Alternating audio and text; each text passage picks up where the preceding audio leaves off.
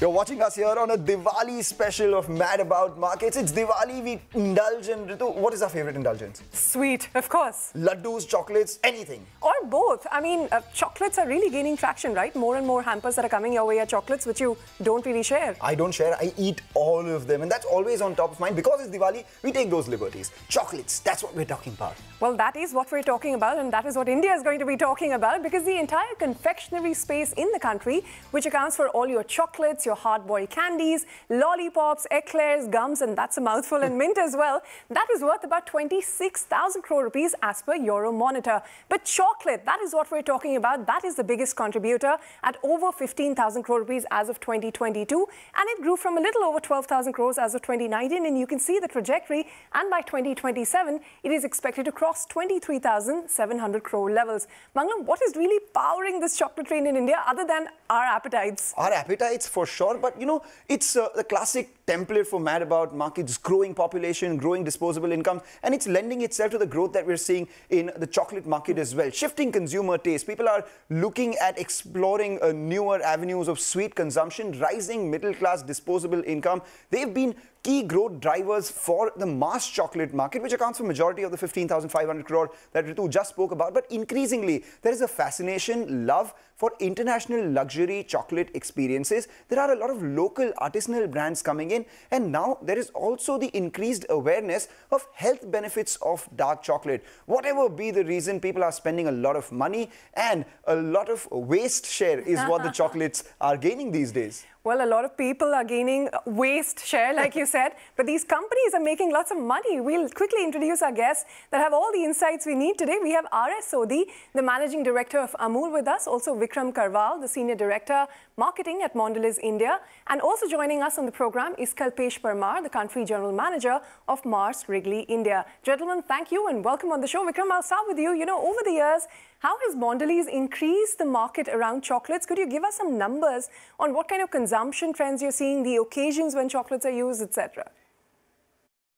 Yeah, I think our endeavor over the years in Mondelez has been to drive penetration for the chocolate category and also improve consumption, not just in urban areas, but also in rural areas by driving relevance for the category on different occasions. Also by introducing different products which cater to different needs for the consumers. So the penetration of the category today stands at about 40%.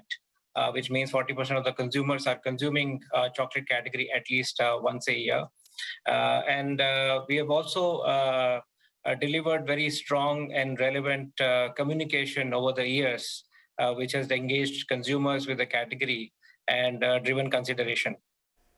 Take your point on all those factors that you spoke about, because Mondelez has been the key. For India, chocolate market equates to Cadbury Dairy Milk, as we'll find out now. But we also have Kalpesh with us. Kalpesh, you know, from a Mars Wrigley standpoint, we have seen a lot of growth drivers. What, according to you, are the drivers, and how big, importantly, can it be going forward? The chocolate category in India is still at a nascent stage. The consumption in India is probably anything around 300 grams per person per annum, depending on what research piece you see. That means the category is, the chocolate category in India is close to 15,000 crores. Yeah. Now, there is a trend of health and wellness. Apart from that, there is a trend of indulgence or small moments of happiness. So if you combine and give people a bit of nuts, a bit of chocolate, a bit of packaged quality products, that's where this category can go from the current 15,000 crores to probably 150,000 crores in the next 10 to 20 years. Yeah, as long as we are able to give the right quality at the right price, at an affordable price. It's not just about operating in the large cities, but how do we have these products offered in markets like Allahabad and Indore also, and not only in the metros. Of course, during COVID, what happened is people were more comfortable while working from home. They wanted to also snack at home. And that's where their comfort level with packaged foods, snacks which are packaged, grew a lot more. And that's where we've been seeing some great growth in the range of 10% in terms of CAGR.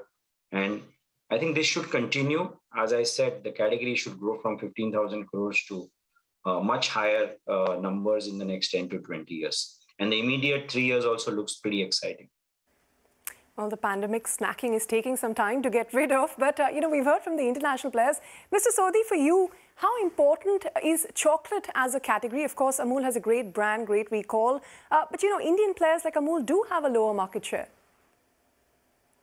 Well, first thing is, let me tell you, chocolate category is a growing category in India because now everybody wants to consume cocoa-based, some sweet things. So, and chocolate meets that requirement.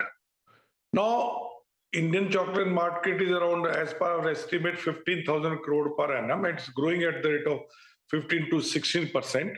But Amul is in a different category. We are not in the usual category of chocolate with more of sugar and other products. We are, for the last 4 or 5 years, we are stressing more on more cocoa-based, where chocolate content is or cocoa content is more, maybe 55%, 75%, 85%, even 99%. And right now, if you see value-wise, we are number 4, but volume-wise, we are number 3. And our market share today is around 3 to 4%. Okay. And we have seen in that category, growth is coming maximum. I mean, we put up a new plant just 3 years back, which are 5x of a capacity. And now we are again doubling it. And the way we are growing, the growth rate is 40-50%. I think in next 2 years, Amul will be a 1,000 crore rupees brand as far as niche dark chocolate are concerned. Well, do hang on, gentlemen. We're going to talk about the components of the chocolate market as well. But before we do that, Mangalam, what is your favorite kind of chocolate? Any kind of chocolate is my favorite, but the one that I actually prefer is the ones which have wafer inside it. It's crunchy and it's got chocolate and it's just all things amazing. Well, you know what? You're in the minority here because what India really loves, because half of the chocolate consumed in India, it is actually in the form of tablet bars, the kind you see from Dairy Milk, Nestle, Amul, etc. And that is almost 45% of the market. 29% is count lines, what you like. That is chocolate filled with nuts, wafers, or toffee, like your 5-star, your Munch, your Snickers, Kit Kat, and whatnot. Then you have your chocolates and pouch packs. That's about 11%. A lot of this, us bought this on our birthdays to take to school, right? And then you have chocolates that have toys, which are gaining massive popularity. Kinder Joy, you know what I'm talking about. And then 5% is the rest of the market. Now, in what form does India really consume chocolate? The most commonly found one is still milk chocolate, accounting for about 58.5% of the market. Then you have your filled chocolates, the kind you like, about 31%. And 7.7% is dark chocolate. But don't be fooled by the small share of the dark chocolate, because this is the category which has been growing faster than the industry, and it increased from about 6.5% all the way to 7.7% in just a span of 3 years. So the question, Mangalam, really is dark chocolate the dark horse of the chocolate industry? I think you were waiting to make that word joke, right? But at lower levels as well, what it does is it's commanding a fair amount of premium, and increasingly consumers are preferring that, because we had a survey conducted by Mintel. They said that 37% of Indians strongly associate dark chocolate with health benefits. 39% said that they may also buy chocolates with added vitamins, minerals, etc. And 44% are willing to put their money where their mouth is. They are willing to pay a premium for healthier chocolate. So keeping these things in mind, companies have also tried to increase their customer base into the health conscious by introducing sugar-free, low-sugar, organic, vegan, gluten-free chocolates for all kinds of diet and health preference. Kalpesh, you're talking about chocolates being an indulgence, but a lot of people are increasingly getting health conscious. How do you convince health conscious consumers to actually go ahead and consume more chocolate? This category, as I said in the beginning, will grow 10x in the next 1 or 2 decades if we are able to combine these experience along with health and well-being related products. Like in US today, we have a product called Kind, which is large amount of nuts with chocolates. So as we move towards a chocolatey experience with a lot of health and well-being included in that, that's where the category will explode. Well, healthier chocolates to increase their penetration. But Mr. Sodhi, let me come to you because, Amul is in the premium category products largely. But the scale and mass, that still belongs to the smaller price points of 5, 10, 20 rupee chocolates. What are your plans on that front? In Indian market is for the lower end of the market is a bigger scale. And we are going to be in that category. We have got 5 rupees, 10 rupees chocolate. The wafer chocolates are there. Even our regular milk chocolate is there. So we'll be there in lower end of the market also. But when it comes to the dark chocolate, more cocoa content chocolate or high-end chocolate, I think Amul is the market leader today. Okay, you want to be the market leader in the dark variant, but also looking at mass products. But Vikram, I mean, how do you, convince the health-conscious consumers to go ahead and consume chocolate? I mean, what are the potential growth for sales in that? A lot of consumers are becoming health conscious and they are looking for portion control, but they're also looking for permissible indulgence. That's another important trend, right? Consumers do believe that it's important to have a healthy diet, but a little bit of indulgence is also part of that healthy diet, right? So that's an important thing to keep in mind, and that's where we come in, right? See, we are a snacking company, and this is an important issue that is facing our society, and there is no one silver bullet for this. We are in the business of snacking. We want to build the right snack for the right moment. But we also want consumers to snack responsibly, right? So we are taking a few initiatives at our end. For example, we want to make sure that the consumers are snacking mindfully and they have all the information on the pack, on the back of the pack, on the front of the pack. We're also focused on making sure that we are improving our current portfolio as much as possible. We are trying to reduce sodium, we are trying to reduce sugar, and we are trying to reduce saturated fat from our products. Take your point, Vikram, and what you do will have ramifications on the industry itself. Let's talk about the industry. And if the color of my jacket is something to go by, we will know who the leader in the chocolate industry is. It's Mondelez, the owners of Cadbury, and they are a leader by a distance, 57.5% market share as per Euromonitor. And just to tell you the scale of their dominance, they're 3.5 times their next biggest player. That is 16% market share coming in for Munch and Kit Kat owners Nestle. The third one is Ferrero Rocher, increasing its presence because of the toy chocolate. We have Mars, which has 2.5% market share. Hershey's at 1.2%. Interestingly, majority of the market is still consolidated within the MNC pack. The top 6, we have just one Indian player, GCMMF, which owns Amul at 1.1% market share. In terms of popular brands, I mean, it is understandable that dairy milk will still rule the hearts and mouths of Indians, 30% market share. But we've seen a big jump in the market share of Kinder Joy, 7.3%. Maybe kids loving the toys that come with it. 7% share for Gems and 5-star each. And the Nestle brands, Munch and Kit Kat, 6% each. Ritu, of all these, which is your favorite?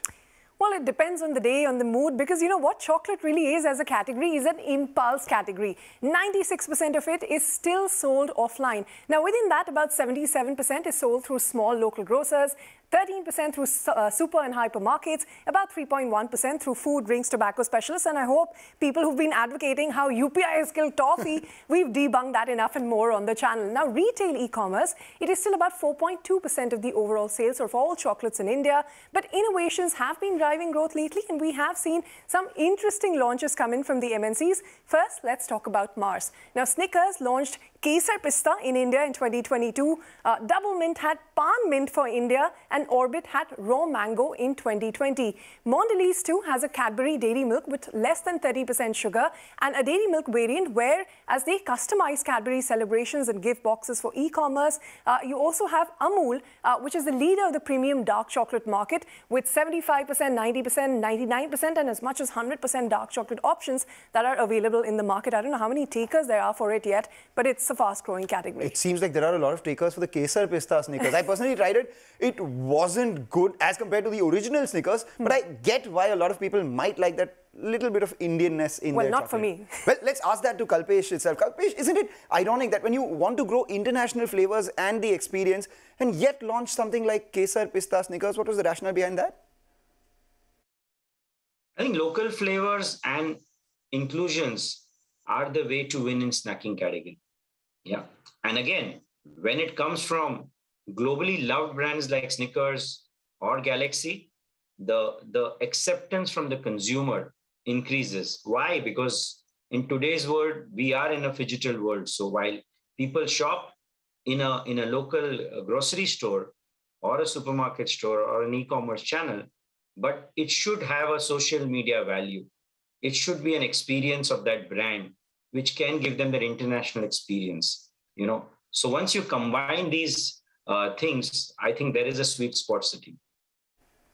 Well, let's go even more hyper-local. And Vikram, let me put that question to you. Could you give us some sense of the penetration of brands in rural and urban markets? And what are some of the consumption trends that you're seeing playing out there? Rural is a very important market for us. Rural contributes almost 1/3 of our business, right? And if you look at the FMCG industry, it will be contributing roughly 1/4 of the consumption that happens in FMCG. So rural is a very, very important driver for us. I think in terms of penetration of the category in rural, it will definitely be lower than urban. But we have also seen a dramatic change in the last few years. People are able to afford premium products now in rural. Penetration of the category is increasing. Plus, our presence in rural markets and our distribution is also increasing. We are focusing a lot on data, on technology, on our presence. We are building our cold chain very aggressively in rural areas so that consumers are able to access those products which they used to in urban India equally well in rural India as well. They are able to get the same range of products, same choices that the urban consumer is enjoying today in rural areas as well. So that has been our focus to drive rural growth. We definitely see penetration growing, consumption growing, and more importantly, relevance of the category growing in rural areas as well. All right, gentlemen, hang in there. We'll head into a short Kit Kat break. Not sponsored by Kit Kat, but we will eat one. And on the other side, we'll talk about what's helping float the chocolate industry's boat. And we talk about the key challenges facing the sector in yays and mays. But as always, we'll also ask the bigger question, and that is, in this MNC-dominated market, can Indian brands get a bigger piece from the chocolate industry?